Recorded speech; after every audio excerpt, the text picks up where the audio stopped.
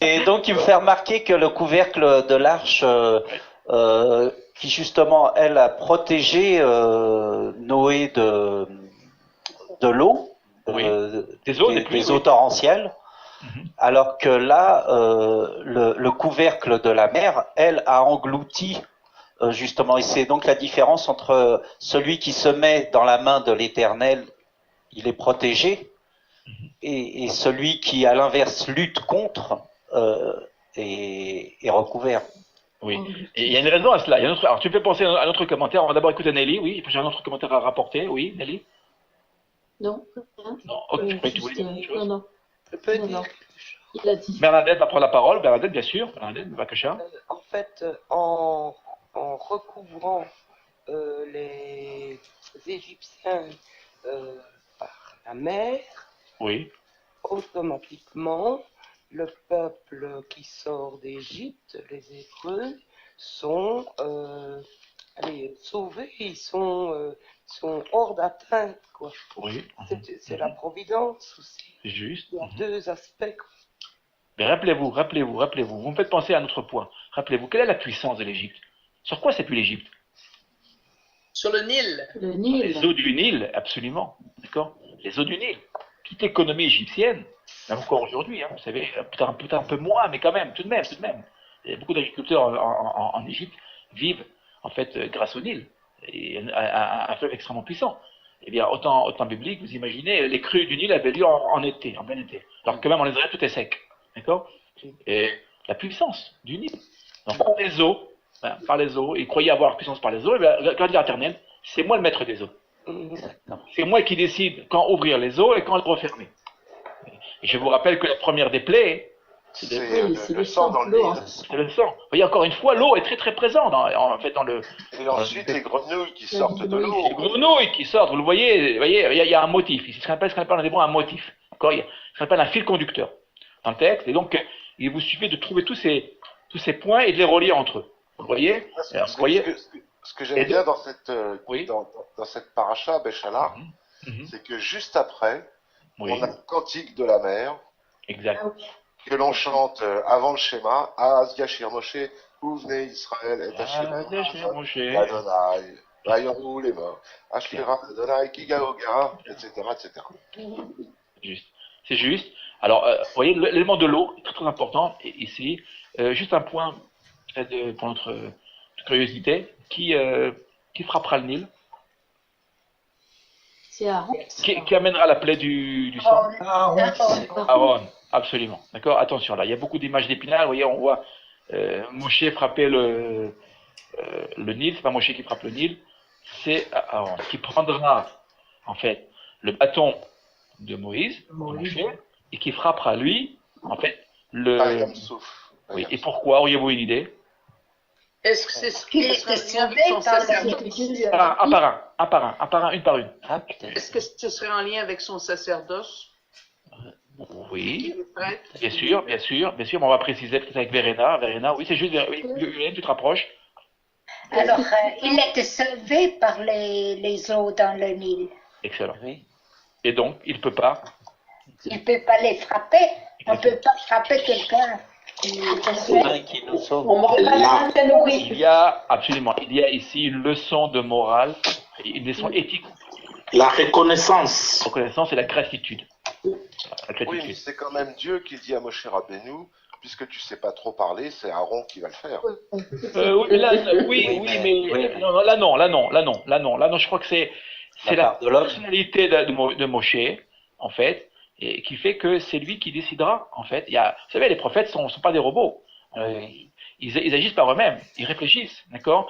Et Moshe va nous enseigner, eh bien, le principe de gratitude, de reconnaissance. Voilà. Et donc, on ne peut pas frapper, d'accord? Il ne pouvait pas frapper, finalement, l'eau qu'il avait sauvée. C'était inconcevable, d'accord? Voilà.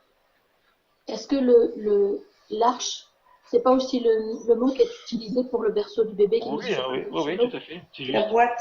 Et il y avait un Oui, c'est couvercle aussi. Tout à fait, c'est Eva. Excellent. Vous voyez le rapport? En commençant notre webinaire, je vous ai dit qu'il y avait un rapport étroit entre le livre de Bereshit et de Shemot. D'accord?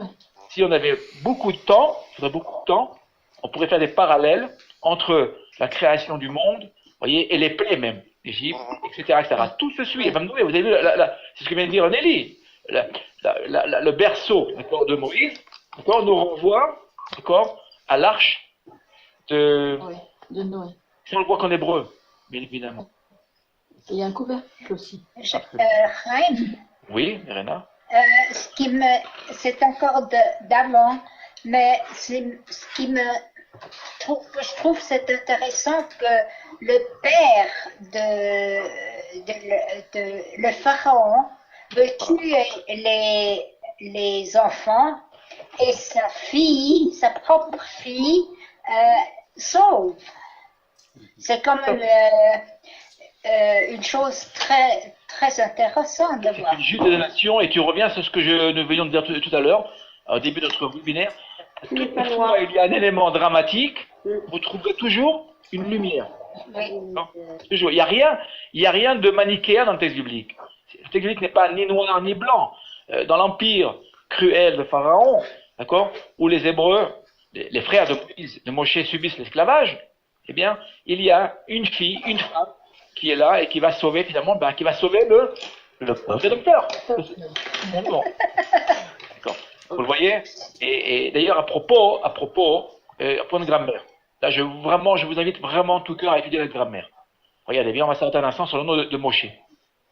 Que veut dire Moshe? Sauver des eaux. Sauver des eaux. Vous êtes tous d'accord avec cela? Non. Non. Tirer des eaux. Vous êtes d'accord avec ça? Moi, je suis pas d'accord, non? Je suis pas d'accord. Ni avec toi, Daniel, ni avec Christophe. Ce que dit le texte biblique, je sais. Michitiou. Michitiou, c'est ce que dit le texte, je sais. Mais Moshe, regardez bien. Je vais vous aider. C'est un participe? Oui, Nelly, ça participe présent. Donc, qui veut dire? Oui, Moucha. Tirer. Attendez. Nelly a commencé quelque chose, je voudrais quand même lui donner quand même, d'accord? L'honneur de continuer son raisonnement. Nelly. Oui. Donc, c'est tirant ou sauvant ou... Oui. Limshot. Qui tire des eaux, tirant des eaux. Regardez bien. Ce n'est pas un passif, mais un actif. Quand vous dites, on va prendre un autre verbe. On va dire voir, je vois, voyant. Vous dites comment? Voyant. Roé. Pour une femme, regardez bien, roé. Vous êtes bien d'accord? C'est bien un participe. Oui. Présent, d'accord, à la forme active. Quand vous dites tirer des eaux, vous entendez quoi? La forme active. Tirant. Pas du tout, regardez bien. C'est là. Tirant. Regardez bien. Active, ouais. Et c'est là, vous voyez, où la grammaire nous est utile. Je vous demande, je vous invite à étudier la grammaire. Ouais. Vous découvrirez beaucoup de choses intéressantes. Regardez ce qui se passe ici. Moshe porte le nom, d'accord? De celui qui tire des eaux. De sa vocation. C'est sa vocation qui est inscrite dans son nom. C'est pas celui qui tire des eaux, c'est celui qui tire des eaux. Oui. Et on le voit là. Vous voyez, on le voit. Et c'est lui qui va finalement sauver, d'accord, Israël. D'accord. C'est Hachem. Voilà. Vous voyez? Donc attention au texte, ne faites pas confiance aux traductions. Et la traduction, voilà, vous voyez, qu'on enseigne. D'accord. Et si on veut être précis, il faut suivre la grammaire. Et la grammaire, d'accord, nous aide beaucoup à comprendre. Moshe, c'est pas celui qui est tiré des eaux. Sinon, on aurait eu, regardez, d'un point de vue grammatical, on aurait eu quoi? On n'aurait pas eu Moshe, on aurait eu, aidez-moi. Moucha. Non, Mouché. On aurait eu, je vais vous aider. Nimché. Machouille. Comme banouille, construit, être construit. Ah oui, c'est vrai. Ah, Francis, je vois que tu parles hébreu moderne, Francis? J'étudie un peu, oui. Eh oui, Banoui, Banouya, oui. Okay. Voilà. Banouille, Benouya, Benouille, on aurait eu Machouille. Et vous imaginez, on aurait appelé Moshe, on l'aurait appelé Machouille. D'accord? C'est mieux Moshe, hein. Mieux Moshe. Alors, Anifal, on aurait pu avoir Anifal, Oui. Nimsha. D'accord? On va dire que Machouille est beaucoup plus, d'accord? Plus correct. D'accord? Dans le cas de Moshe, on aurait eu Machouille. On n'a pas Machouille. Ici, on a Moshe. Comme Roé, comme Choté, Ali Choté, je bois. Le bois. Vivant, un participe présent. Donc, Moshe veut dire celui qui va faire sortir. Donc, vous voyez l'importance de la grammaire biblique. Ça, vraiment, je vous le dis. Vous savez, tous les commentateurs, d'accord, sont d'abord des grammairiens. Donc, on ne peut pas étudier le texte sans étudier la grammaire. On va finir avec notre ami Frédéric de Cara. Bonsoir Frédéric. D'abord, je voudrais m'excuser pour. D'accord. Je sais que tout le monde ne peut pas lire. On n'a pas suffisamment de vignettes. D'accord. Donc, vous m'excuserez. J'essaye autant que faire se peut de partager. Voilà. Et si quelqu'un veut prendre la parole, il n'y a pas de problème. D'accord. Pour la prochaine fois, vous me le dites et avec plaisir. Il n'y a aucun problème. Frédéric, on va agrandir l'image. Nous finirons avec les eaux de Mériva, avec Moïse. Moshe. Rakasha, Frédéric. Iné Omer. Inéni. Inéni Omer. Omed. Sandalet ici, attention. Omed. Très bien. Inéni Omed. Lefneicha. Lefanecha. Lefanecha. Lefanecha. Sham. Al Atzur. Bechorev. Ikita. Batsur. Yatseu. Mifmenu. Maim. Shata. Aham. Yahas. Ken. Moshe Leheine. Zekeine. Israël. Israël, très très bien. On va traduire. Je vais t'apparaître là-bas sur le rocher, au mont Horeb. Tu frapperas ce rocher et il en jaillira de l'eau et le peuple boira. Ainsi fit Moïse à la vue des anciens d'Israël. Exode 17:6. Encore, merci Frédéric. Vous voyez encore une fois l'élément de l'eau. Hein. Alors, l'eau partout, hein.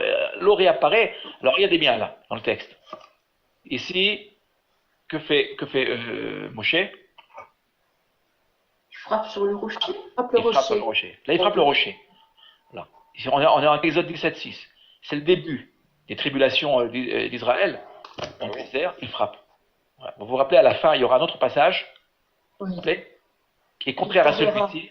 Tu parleras. Il parlera. D'accord. Non, on va lui demander de parler au rocher, mais il va le frapper aussi. Voilà. Alors là, il frappe. Il le frappe. Pourquoi il le frappe? Si on est au début des tribulations, Israël est encore, est encore en Égypte, vous voyez. Et donc, s'il avait parlé, il n'aurait peut-être pas compris le message. D'accord. Et donc, il fait d'abord qu'il frappe. Il a d'abord frappé. Une idée de violence, hein, d'une certaine manière ici, d'accord, qui sera inacceptable, vous voyez, à la fin du texte de la Torah. On verra justement que là, l'Éternel, en fait, la punira. Moshe, vous vous rappelez? Quelle sera la punition de Moshe? De ne pas rentrer. Il n'entrera pas dans Eretz. Exactement, vous avez raison, il ne pourra pas. C'est raison, mais il y a d'autres raisons, bien évidemment. Vous voyez, ici. Vous voyez l'élément de l'eau, ici, extrêmement importante. Idée de vie, bien évidemment, et de cohésion, ici. Le peuple a besoin, d'accord? Ce ne sont pas les gilets jaunes ici, mais vous voyez presque. Oui. Vous voyez? Non, rien à voir. Oh là là. Ah non. Eli, laisse-moi finir ma phrase, si tu me permets. Il y a là une, que ça s'appelle un mélinim en hébreu. Mélinim, c'est-à-dire se plaindre. Ils vont venir se plaindre, ici. Je vous le dis. Ici, d'abord, ils n'auront rien. En sortant de Égypte, ils n'auront rien. L'eau, ils n'ont pas d'eau, hein, dans les terres. Mais la confiance, faire confiance, ici, à la providence. Je n'ai pas dit l'état-providence, hein, j'ai dit providence, bien évidemment. D'accord? Ici. Et vous le voyez, Moshe, qui est donc le serviteur fidèle d'Éternel, finalement donnera de l'eau qui va permettre finalement de calmer. Ici, Moshe est à l'écoute, hein, quand même. Il est à l'écoute du peuple, hein, quand même. Même si parfois il s'énerve, il va s'énerver, vous vous rappelez, il s'énervera, hein, plusieurs reprises, il être en colère, en fait. Absolument. Mais, vous voyez là, l'élément de l'eau, ici, c'est-à-dire, l'idée de providence. Hein. Dès que les fils d'Israël verront l'eau, ils comprendront que cette eau a été donnée par l'Éternel. Ici, c'est la source même. D'accord. La providence, c'est l'Éternel. Ici, d'ailleurs, regardez bien juste un point intéressant. Vous voyez le mot de sourd? Regardez bien. Vous voyez le mot de sourd tout ici? Il veut dire quoi le mot de sourd? Sourd. Il a deux sens. Angoisse, moi aussi, quoi. Il a deux sens, le mot Tsour. Rocher. C'est rocher. Et Oui, le rocher avec non non. Pardon. Non. Sarah. C'est vrai. Sarah, c'est l'angoisse, la détresse. C'est juste. Et on a Tsour.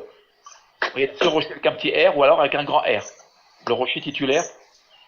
Bon. C'est-à-dire l'éternel. L'éternel est aussi. Dans les psaumes. Tsour Israël. Bien sûr, Tsour Israël, le rocher d'Israël.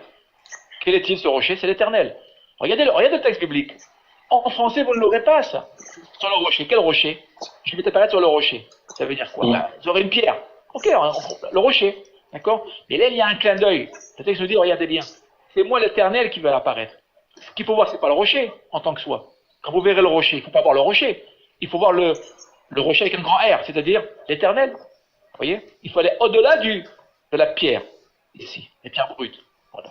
D'où d'ailleurs émergera, jaillira l'eau. L'eau qui témoigne de la présence et de l'écoute de l'éternel. Et donc, et s'il y a un jeu de mots, si vous prenez votre dictionnaire, vous verrez que le mot tsour, quoi veut dire aussi éternel, c'est l'éternel. Et d'ailleurs, ce terme-là réapparaît à la fin, tout à fait à la fin, de la déclaration d'indépendance de l'État d'Israël. On l'appellera l'éternel, on l'appellera tsour, le rocher. Voilà. Nous croyons en l'éternel qui nous a permis finalement d'acquérir l'indépendance. Voilà. Très bien. Auriez-vous une question? Nous avons ce soir fini notre étude biblique. Auriez-vous une question, une remarque pour ajouter? J'aimerais tout simplement revenir sur le mot tsour comme étant un attribut, comme étant une façon de parler de Dieu. Et il est vraiment le rocher d'où viennent les eaux, les eaux qui purifient, les eaux de la Torah. Il est la source, pour revenir à la source du début. Alors, tout est compris dans ce mot.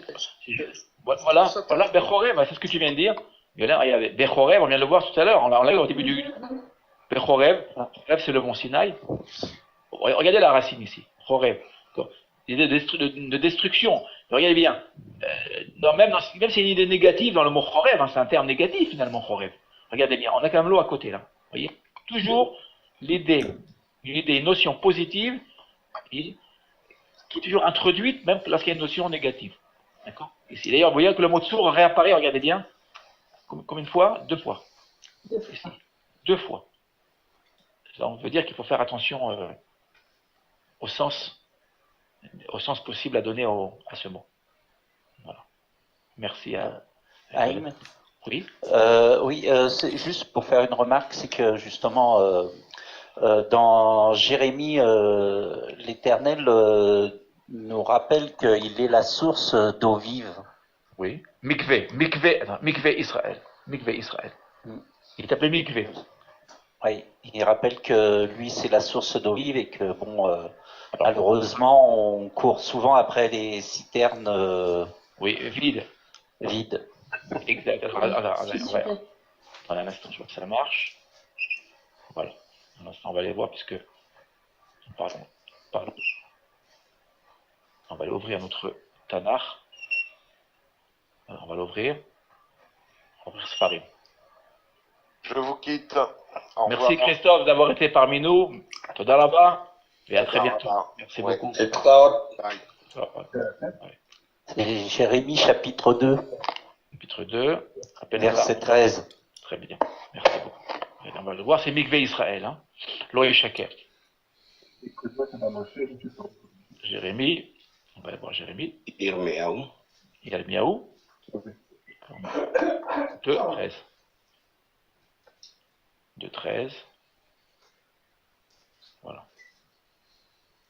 Ici, nous avons alors sous le terme de ici, Mikor Maim Chaim.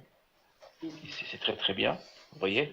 Ki Shetaim Raot Asa Ami Oti Azevu Mikor Maim Chaim Lachzor Lahem Borot Nishbarim Asher Lo Yachilu Hamaim. Ici. Alors, Makor, c'est la source, source de vie. Ici. Alors là, on a ici en sens de Makor. Makor, en hébreu, a deux sens. C'est la source ou bien le bec. Bec en oiseau. La source. aussi. Ici, d'accord.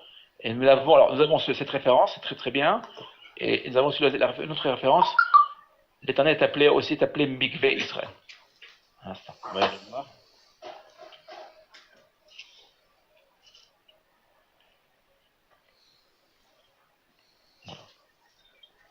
Dans Jérémie. Jérémie 17. 17. Oui. Voilà. Vous voyez, 1 et 7. Regardez, 1 et 7, ça fait 8 aussi. Voilà. Chiffre très intéressant, il est lié aussi au surnaturel, l'extraordinaire. Regardez bien ici. Mikvé Israël Adonai. Mikvé. Ouais. Mikvé. Justement, il y a un jeu de mots là. Il y a un jeu de mots là. Ouais. Il y a un jeu de mots, bien évidemment, tu l'as remarqué, Francine. Hein. C'est frappant. Alors, regardez bien. On va d'abord regarder ce qu'on va faire. On va d'abord lire le texte, après on va le commenter. Mikvé Israël Adonai. Kol Ozvecha Yevoshu.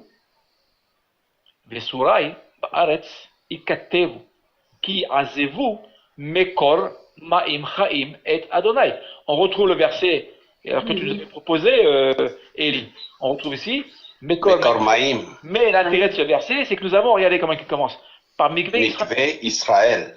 Mikvé Israël. Alors là, il y a évidemment, vous l'avez remarqué, Francine a tout de suite remarqué, hein, ici. Mikvé veut dire espérance, mais attention, il y a aussi l'idée de source. Oui, source. Rayon des eaux. Ouais. Bien sûr, la racine, regardez cette racine intéressante. Il faut toujours revenir à la racine ou à la source, si je puis dire, c'est le cas de le dire. D'accord. Regardez bien. Cette racine-là,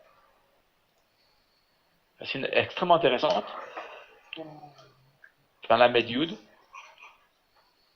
qui veut dire espérer, on vient de le voir dans le texte, veut dire aussi rassemblement des eaux. Vous vous rappelez, nous l'avons au début de la création. Les eaux d'en haut et les eaux d'en bas se rassemblent sous le ciel. Parfaitement, tout à fait, excellent. Alors vous le voyez là, l'intérêt c'est que, vous voyez, regardez bien, l'Éternel là, il est présenté comme étant la source d'Israël. On n'a pas où aller. D'accord, c'est le source, c'est le rocher titulaire, mais c'est la source ici, on va le prendre au sens, vous voyez, de source, ici, mais aussi d'espérance. Voilà. Et là, évidemment, nous savons qu'on peut le traduire aussi par source, parce que nous avons à la suite, nous avons ce qu'on appelle ici un parallélisme classique, ici. Mekor Ma'im Chaim vient expliquer ce qui est indiqué ici, au début du verset. Et on peut dire même dans tous les sens du terme, parce que ça, justement, la rime avec le verset dans Exode, vu que l'Éternel est leur rocher, la source jaillit du rocher justement. Bien sûr, c'est pour ça, c'est pour ça que justement j'ai ramené cette. Et comme tu dis, vu que l'eau c'est aussi l'espérance, surtout dans le désert. Tout à fait, d'accord. Donc il y a, vous voyez le texte biblique, très riche sur le plan sémantique, il s'ouvre. Vous voyez, la traduction, elle, qu'est-ce que fait-elle? Elle ferme le texte, elle le bloque. Alors on a une perspective, une dimension, mais on perd du goût, on perd l'esprit du texte. C'est la raison pour laquelle il faut revenir à l'hébreu, à la source, hein, à la langue. Hein. Alors vous voyez ce qu'on va faire pour finir, puisqu'on a le texte sous les yeux. Regardez bien, souris, on va prendre souris. Vous voyez, je voudrais quand même les voir, pour ceux qui ne connaissent pas tout à fait le texte, qu'on aille le découvrir ensemble.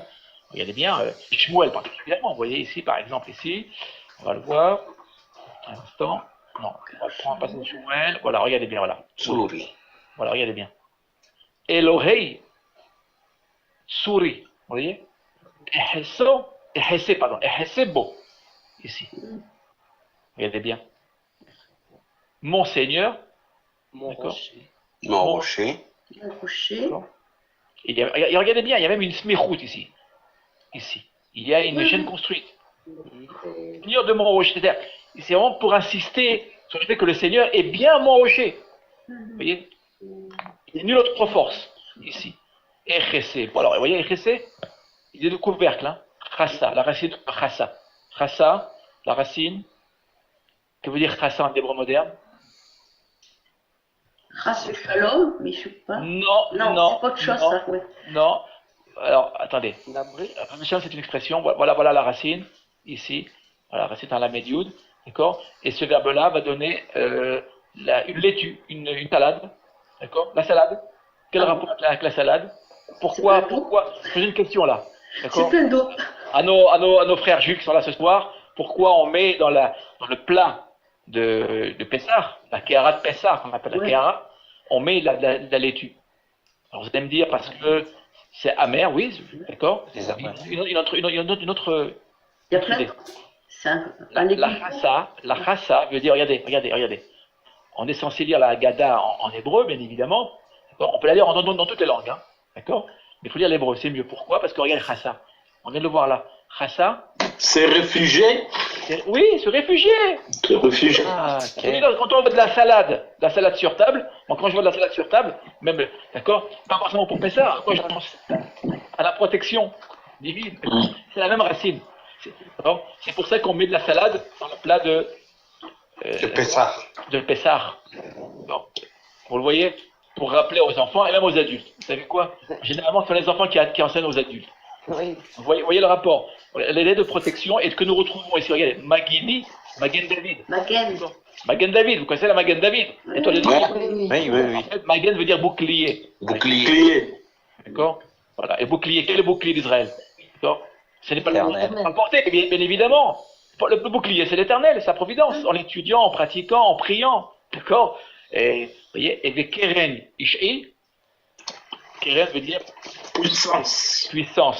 Tout à fait. Et au rayon, un rayon de lumière, d'accord? Rayon aux puissances ici. Le Keren, c'est aussi la corde qui arrive. Oui, la corde. Mon salut, Israël, c'est mon salut. Tout à fait. Vous voyez la richesse du texte, c'est beaucoup, bien évidemment. Tout à fait. Je vous invite, avant de voir